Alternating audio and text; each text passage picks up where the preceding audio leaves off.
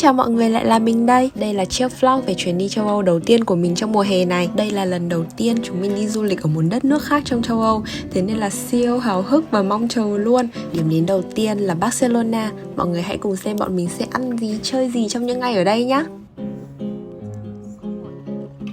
Lần đầu tiên đến Barcelona nên bọn mình cũng muốn chọn một nơi ở vừa thoải mái mà lại gần trung tâm thành phố, vừa tiện đi chơi mà lại còn tiết kiệm thời gian di chuyển nữa. Căn Airbnb bọn mình ở lần này có chị chủ là người Việt Nam. Anh chị chủ rất nhiệt tình nên có gì cần hỏi về việc đi chơi đi lại trong Barcelona thì bọn mình cũng cứ hỏi anh chị thôi. So we asked for the oven using it. So you can use kitchen as well. Use the kitchen inside. Yeah, thank you.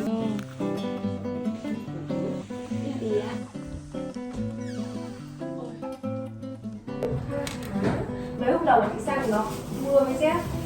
Rét luôn đấy ạ? Wow. Xong rồi hôm nay nó khô lắm.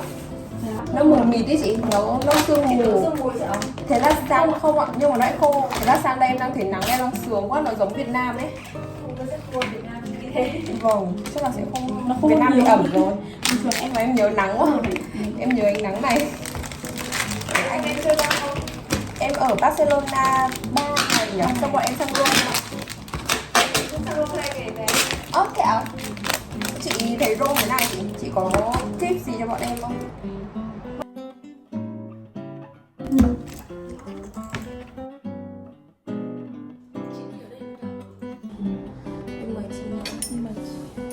Ăn nha. Đây con. Ok, vlogger chị ạ. Rồi. Hay phải ăn để tỉnh táo lại. Sáng nay bọn em Đi từ 3 giờ kém 15. sáng. Vâng. Tối ngồi ra đây hóng mát. Có 2 người thôi đó.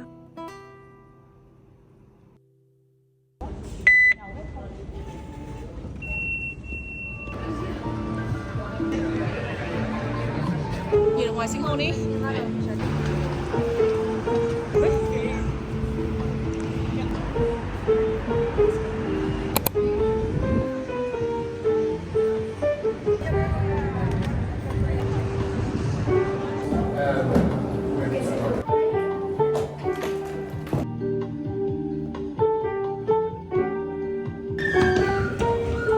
Mọi người đi đường chúng ta sẽ đi đường.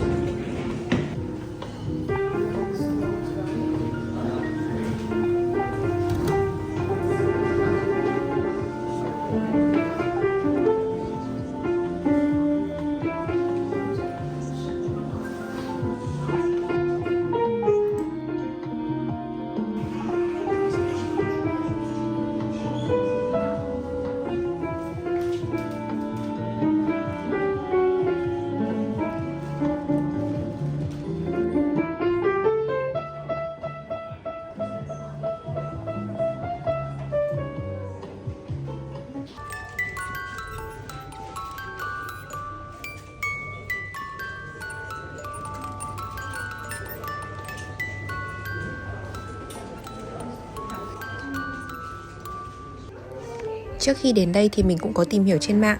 Gaudí là một vị kiến trúc sư siêu nổi tiếng và ông ấy có rất là nhiều công trình lớn ở Tây Ban Nha. Đến đây thì vì bọn mình cũng có nhiều thời gian nên là có thuê audio guide. Highly recommend cho bạn nào có nhiều thời gian thì chắc chắn là phải thuê audio guide nha. Mình sẽ được giới thiệu về kiến trúc của ngôi nhà. Mọi thiết kế trong ngôi nhà này đều có dụng ý riêng và có thể thấy được cái tư duy thiết kế đỉnh cao, siêu thông minh, siêu logic của Gaudí. Nghe đến đâu mình phải wow đến đấy luôn ấy. Audio guide thì không chỉ có phần tiếng mà lại còn có cả phần hình nữa và có rất là nhiều ngôn ngữ, thậm chí có cả phần script, cái dòng chữ chạy theo cái lời hướng dẫn ấy để bọn mình có thể vừa nghe mà vừa đọc theo luôn.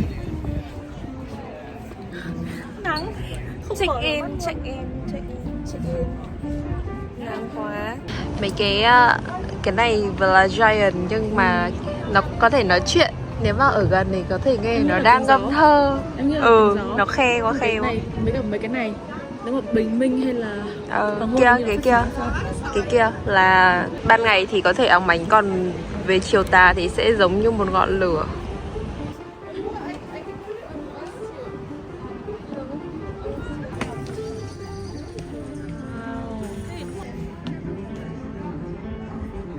Nghe thấy gì không? Làm thơ không? tối về đúng hơn.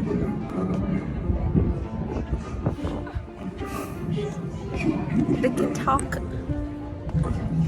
Giọng chậm ống quá.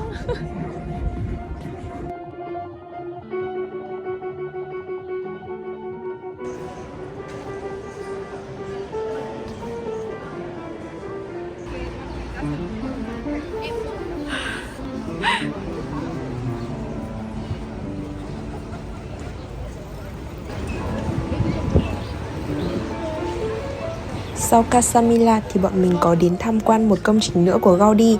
Thế nhưng mà ở điểm đến thứ hai này thì bọn mình chỉ đứng ngoài chụp ảnh thôi. Mọi người lưu ý là nếu muốn đến tham quan vào bên trong thì nhớ là đặt vé trước online khoảng 1 tuần là ok nha. Còn không là đến tận nơi phải xếp hàng rất là lâu á.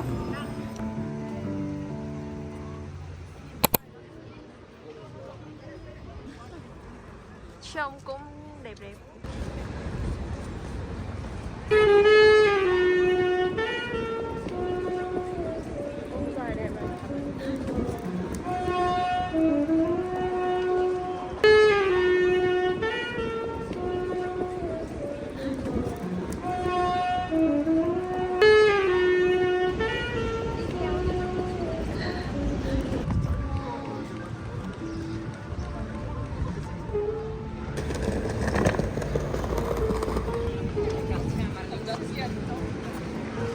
Lúc đầu thì bọn mình định kết lại ngày đầu tiên ở Barcelona bằng hoạt động đi chèo thuyền. Thế nhưng mà hôm đấy thời tiết cũng hơi lạnh một chút. Thế nên là thôi, bọn mình chỉ đi hóng gió loanh quanh ở trong công viên thôi.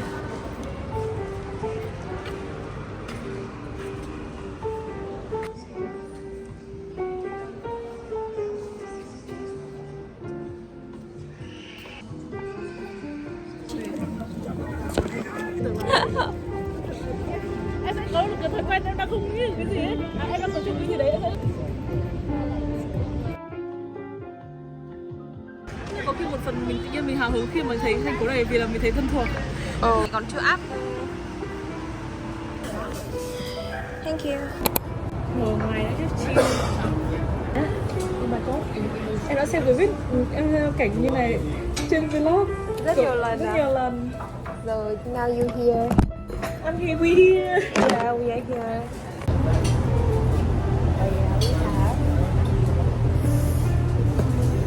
Today tapas. Which one is? Mùng 7 tháng 5 á. Ê, hình như menu là có menu riêng cho từng ngày em ạ. Đây này, ở đây nó ghi mùng 7 tháng 5. Yeah, can you recommend first a kind of tapas? Like Recommend this is a cod fish, it's funny, it's good, Gabriel's style.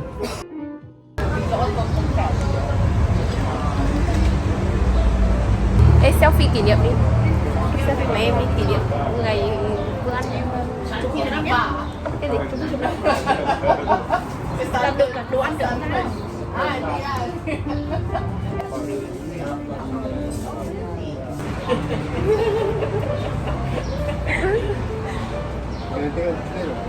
We just take a selfie. Yeah.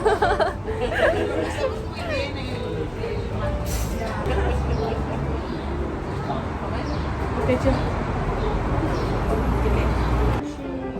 Chiên nước lọc. Không tỉ. Ở đây mọi người hay uống sangria. Này.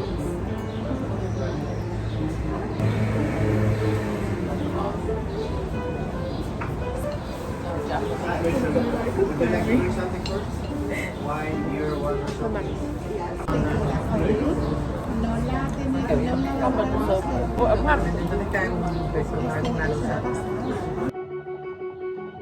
Vì chúng tôi nói nên chúng tôi vẫn thấy rất là ngon. Và quan trọng là cái cảm giác cũng dễ chịu phết ấy, kiểu nhà hàng đến phát được chỗ luôn nè. Đồ ăn nhanh nữa. Hanoi. Chúng tôi vừa mới ăn một bữa. Chúng tôi vừa mới ăn một bữa starter và chúng tôi cảm giác là chúng tôi đang ở Hà Nội. Không hiểu tại sao lại ở Barcelona nhưng cũng cảm giác như Hà Nội. Nhưng mà làm xe máy quá. Nhìn đâu thấy xe rồi. máy. Đây này, đây chị nhìn đường như này, chỗ này nhìn ngã này xem. Mình không biết tại sao nhưng mà thấy Barcelona có một cái vibe gì đó rất là giống Hà Nội. Có phải vì ở đây mọi người cũng đi xe máy chăng? Nhưng mà giống lắm, thỉnh thoảng đi trên những cái con phố ấy, nhìn thấy những cái góc đường này mình cảm giác là mình đang ở phố Quang Trung hoặc là Bà Triệu ở Hà Nội ấy. Quay đúng là liếm nhỉ.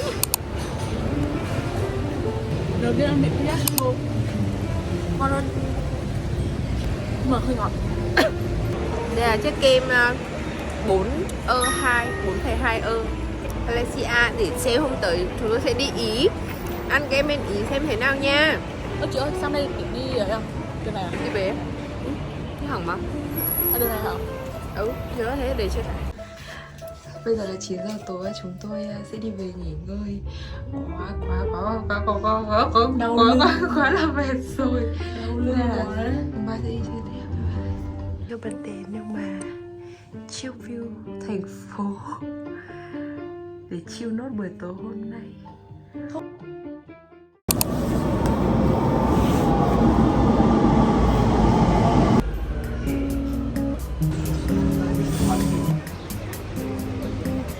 Chợ đây này, đây là cái chợ này đây này. Ở đây, Market. Anh chịu ánh nắng này quá. Dễ chịu rồi, mà nắng nó trong ấy. Có bảo là ăn có một cái đĩa gì đấy mà có cả ham, cả cheese các thứ. Và hoa quả tươi trong này rất là ngon và nước ép tươi. Tôi nhớ quán nào không? Không, nó chỉ nói vậy thôi. Hoa quả, nếu tôi thích hoa quả. Ăn nước.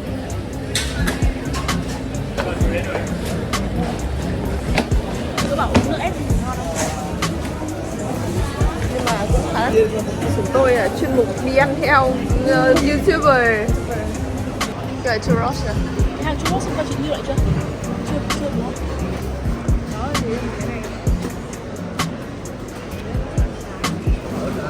Và nhưng mà đang rất là ok tại vì nó không quá đông ấy nên là hãy suy nghĩ ăn gì nhỉ.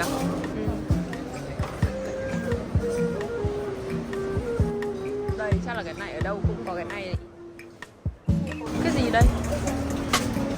Đây tanh nước. Cá kiểu trông kiểu cá biển của mình. Bánh tôm. Nhưng cái này chấm có sốt gì không?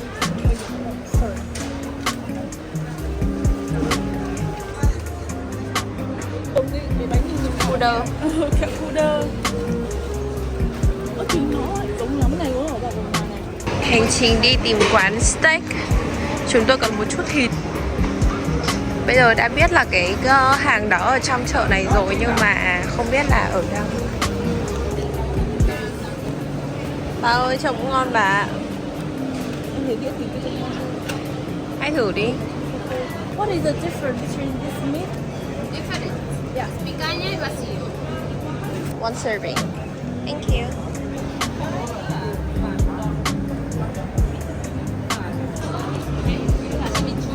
Yeah.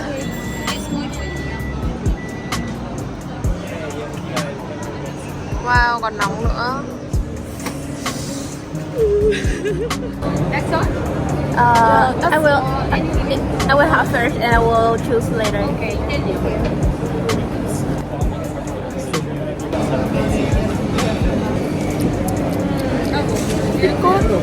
Cảm giác các muốn gọi luôn Hết tất cả mọi thứ. Hết tất cả mọi thứ. Thế cái miếng thịt ở trong cái trong ngon đấy, trong nó cứ nóng ở lên ấy. Còn bên này trông mấy hơn, cái đĩa này trông khô hơn. chắc là học một làm lâu. Nên là em nghĩ là nên lấy từ cái miếng cắt ra ấy, còn để cắt sẵn này tôi sợ bị khô. Mùi tô trông ngon. Gracias. Gracias. We gonna try these. Nhìn miếng thịt này Sexy. kiểu họng nước không ạ? Trong hộp nó còn hồng hồng ấy. Oh, we like. Protein. Ôi phải làm thêm đi mẹ ơi. 10 ơ. Trời ơi. Cái này. Pineapple. Gracias. Hola. Không uống thì Của chị tưởng nước ép hơn. của em. Nên ở đây nó không cắt nửa ra để trưng bày để biết xem ở trong mì nó như nào. Nhưng đây toàn rau hay sao ấy? Hơn. Bên này có vị khác. Burrito. Một miếng thôi nhá. To mà. Dễ rồi. Không cắn đây luôn. Rau dĩa nó hơi thì không rõ. Thì ngoài ngon hơn. Chắc cái vỏ nó không quá nữa. Ăn cái này là xem mình ăn thử cái này nữa là no luôn. Này bọn Mình ngừng thì bảo đấy. Thế cần gì không? 5 bảng. Không. Cao không? Ngon nha. Nhiều thịt nóng. Cửa hàng uy tín đúng như những gì chúng ta mong muốn.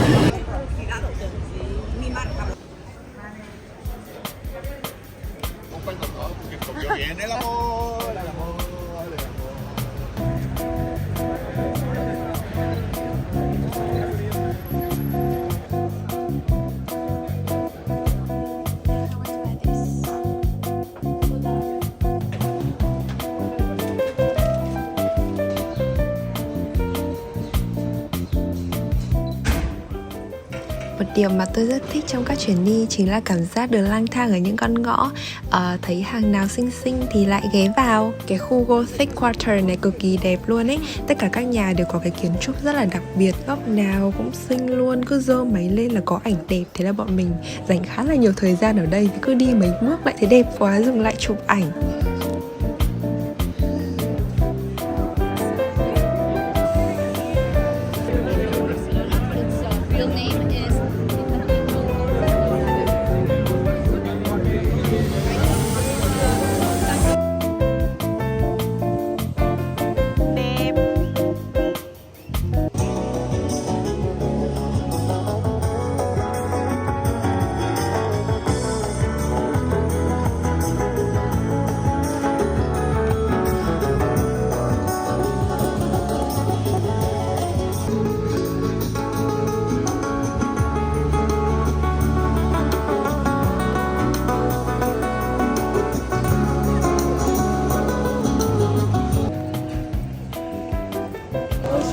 Kia là bức tường The Kiss of Freedom, là rất là đông,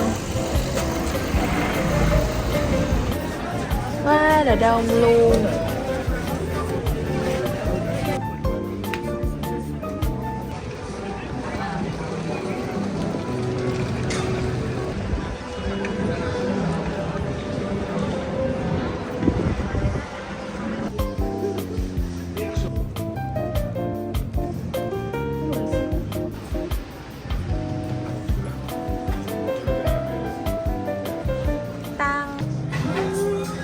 Churros là phải hỏi mới có thôi chứ không phải là trong menu.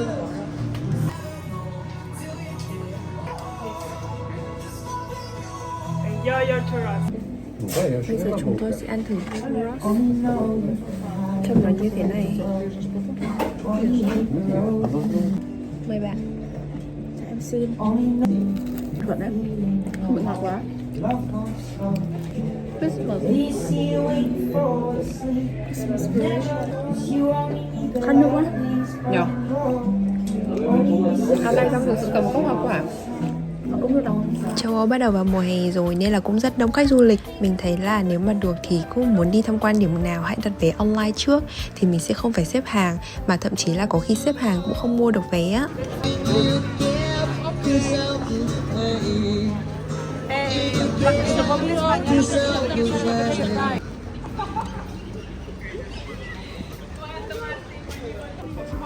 Phải nói là chuyến đi này bọn mình đi chơi khỏe mà ăn cũng khỏe. Trước khi đi Barcelona thì bọn mình có xin recommend từ bạn mình đã từng đi rồi là ăn ở đâu ngon. Thế là bạn mình cũng sành ăn ấy, thế là chỉ toàn quán ngon thôi. Kiểu ở Barcelona thời tiết thì trong lành mát mẻ, có nắng đẹp nha, thế nhưng mà không bị nóng. Xong thử quán nào cũng thấy ngon, cũng thấy vừa miệng. Hai đứa lại còn cùng mới ăn kem, thế là cứ thử hết quán kem này đến quán kem kia và quán nào cũng ưng. Rất là nhiều vị ngon luôn ý. Pistachio cũng ngon.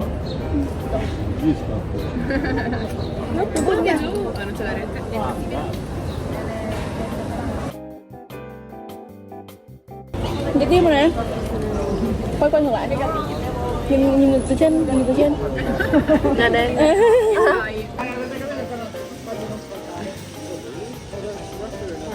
Cái đây là I think I like this little life. Trời ơi, đẹp quá. Thì ngoài thích lắm ấy, mà ở ngoài có cái feeling mà là linh tít. Nó không thể toát ra được hết luôn. Ánh nắng này. Đẹp quá. Nhìn góc này này. Chill nhỉ? Các ông đúng chill luôn. Thấy không? Rất nhiều cây thế luôn đấy. Thân nó có màu kiểu Mà trông sạch. xanh như này ấy. Chứ nó không phải thân cây gỗ nâu như mình. Đần tranh như làm gì ấy. Trên tầng cao nhất.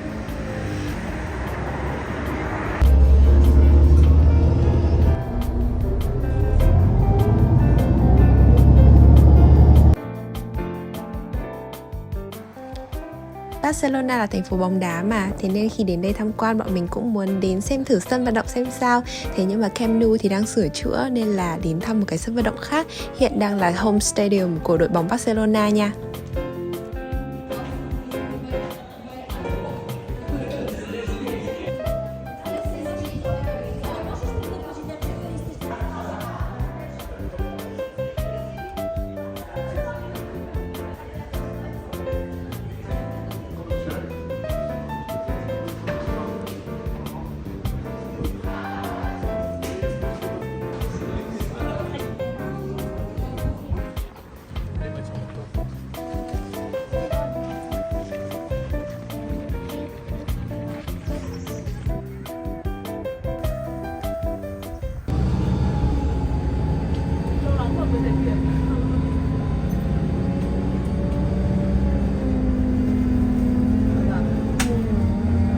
Ôi, mùi biển.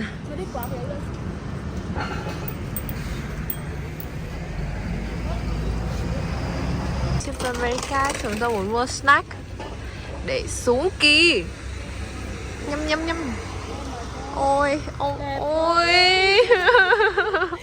Ôi, máy bay kìa. Oh my god.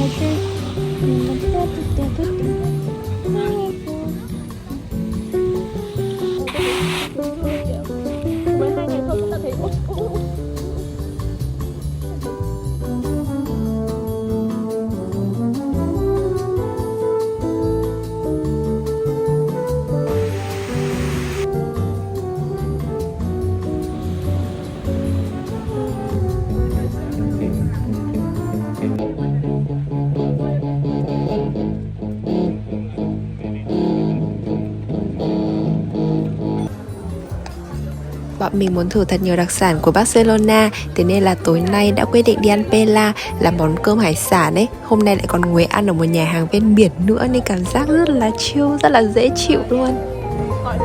Is there something to drink? Is you ready? Yes? I have one chicken paella For 2 persons? for 2%. Yes. Price? Need to order 2 portions. Of the same type of price. Ở trong tôi tác có tờ đâu ạ? Sao không ai hỏi vậy? Ông đấy đang nó không Có, và thời gian thế này. Yeah. Mắt thấy tình yêu à? Cùng bắt à? Cùng bắt ạ. Mắt thấy tình yêu. Ngày thứ hai, trộm vía, mọi chuyện cái mất lắm rồi đấy. Ôi, hải sản. Thật là nhiều hải sản ý. Nhiều, ăn miếng nào có hải sản không biết. 19 euro một bữa cơ mà. Thế thôi nó cũng hợp lý ấy, mọi địa điểm như này đi. Nhiều hải sản.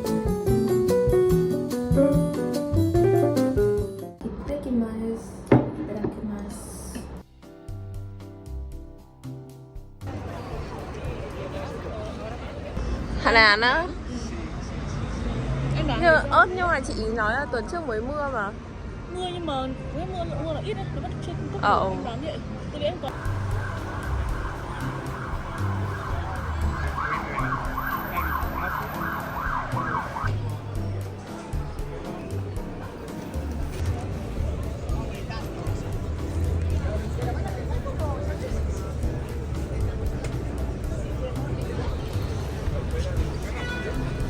Collection.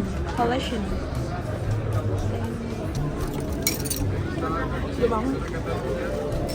Bảo tàng Picasso là một điểm bọn mình đều muốn đi. Thế nhưng mà đặt vé online không được. Đã xác định là thôi thì không vào được rồi. Thế nhưng mà hôm đấy cứ liều đến mua offline. Thế nào lại có mà lại còn được giảm giá vì là sinh viên nữa. It's the same. Yeah, thank you. Where are you from? Việt Nam. Việt Nam. Vietnam. How do you say thank you in Vietnam? Cảm ơn.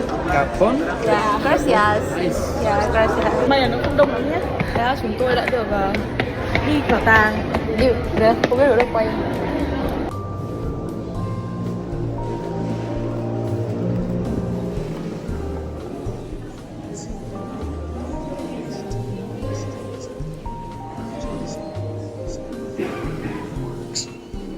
On show in the display case are paintings made on a wide range of supports.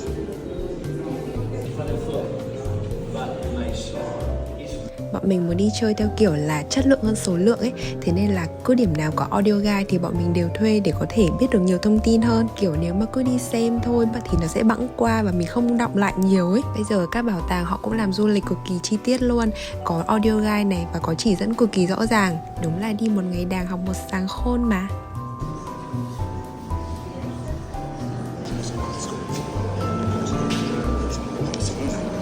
Where Picasso was established.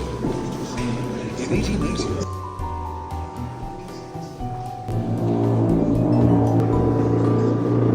his composition.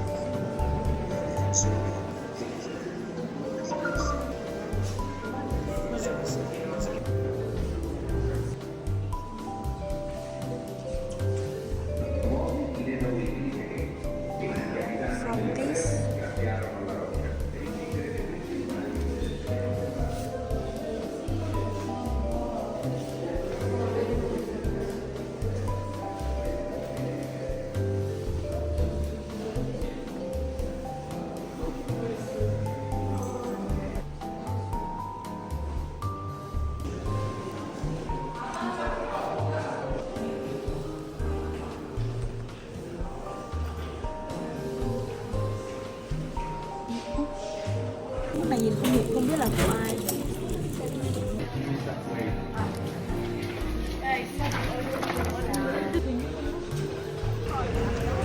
Rất là moody nhưng mà ở Barcelona sẽ có style thế này.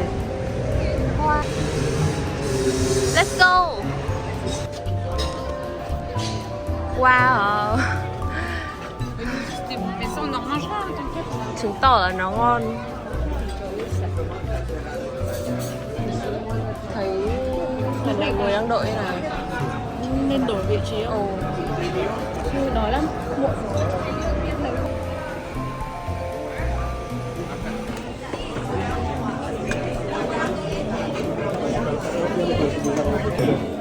Cái này ở dưới chị. Phải không? Sí, no. 3.000 pavos de cerca del mar. Y te nos vamos a... Lobster rice.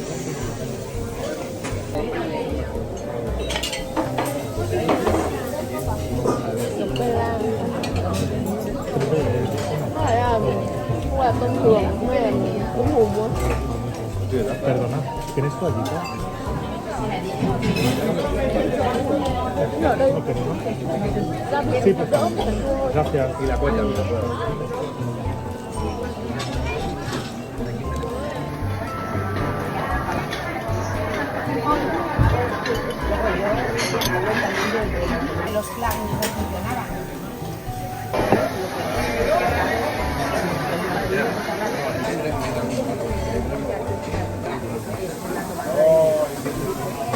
Thank you very much. Thích nhỉ? Ừ. Nhưng quán này nổi. Chưa phải biết.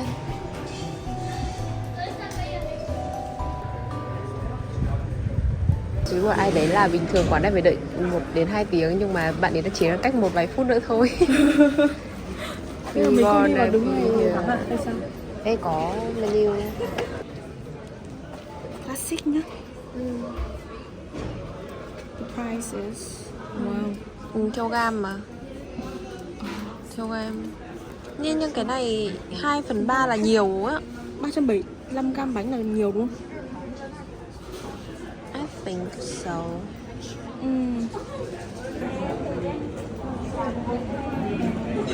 Cái line đằng sau của chúng tôi bắt đầu rất là dài. Chị này mang ra phải 3-4 vị rồi ý. Lấy liên tiếp thôi. Go classic one. Like this or cup of this? Three. 200. 200. Thế không? Yeah. Thank you. Enjoy. Do you need a bag? No, thank you. Okay, will be 597.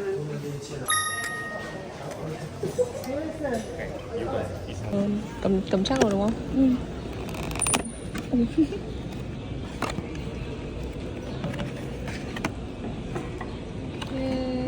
Vui lỏng nhảnh.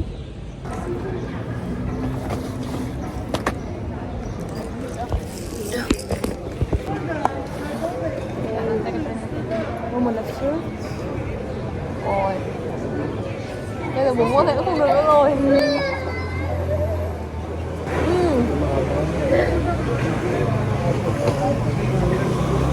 Ôi một khóc á. Ôi, bây giờ lấy hết. Thằng nào nó đông ấy. Ngon thế. Ủa ngon liên nhở. Ngon thế. Cái hàng nó ở đúng chỉ đúng.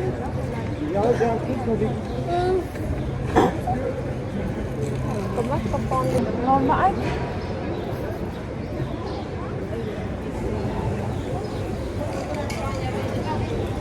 Hay xem hàng nữa.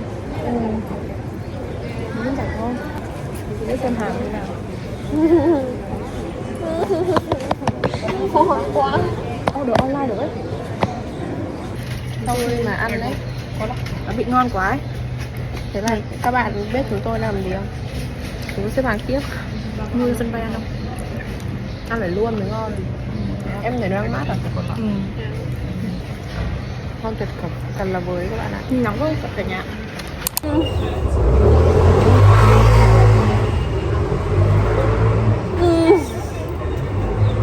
Fish.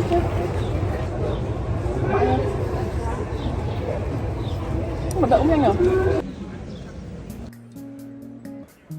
Và đó là 3 ngày của bọn mình ở Barcelona. Lần đầu tiên đến Barcelona và cũng là lần đầu tiên du lịch trong châu Âu của bọn mình. Trộm vía là cũng rất là suôn sẻ và có nhiều kỷ niệm vui. Thời tiết đẹp, nắng ấm chan hòa, mà xong đồ ăn cũng ngon nữa. Mình thấy là trộm vía cái gì cũng hoàn hảo, không có cái vấn đề gì hết á. Bọn mình đi là đầu tháng 5, thời tiết siêu đẹp để chụp ảnh mà lại không hề nóng nha. Không ăn kịp ở trong thành phố, thế nhưng mà khi mà đến airport thì nó lại có ở đây. Đúng là số ý trời, tôi phải thử cái món bánh này. Wow, 1939.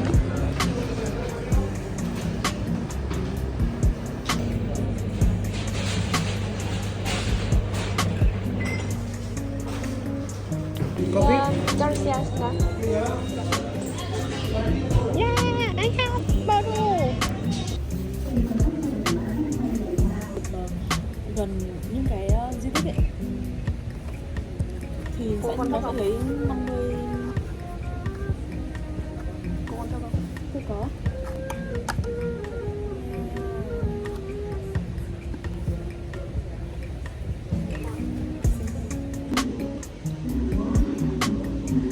Mình đã nghe nói là đồ ăn của Barcelona rất ngon rồi, mà trời ơi đúng là ngon thật. Mình nghĩ là mình lụy nhất đồ ăn ngon ở đây và thời tiết. Trời ơi, mình thấy trộm vía là mọi thứ đều rất là ok á. Roma, Ý lại có một cái vibe khác hẳn với Barcelona luôn. Chuyến đi này bọn mình cũng siêu tâm đắc, thế nên là hãy đợi video tiếp theo của mình nha. Cảm ơn mọi người đã xem đến đây. Bye bye. Bye bye.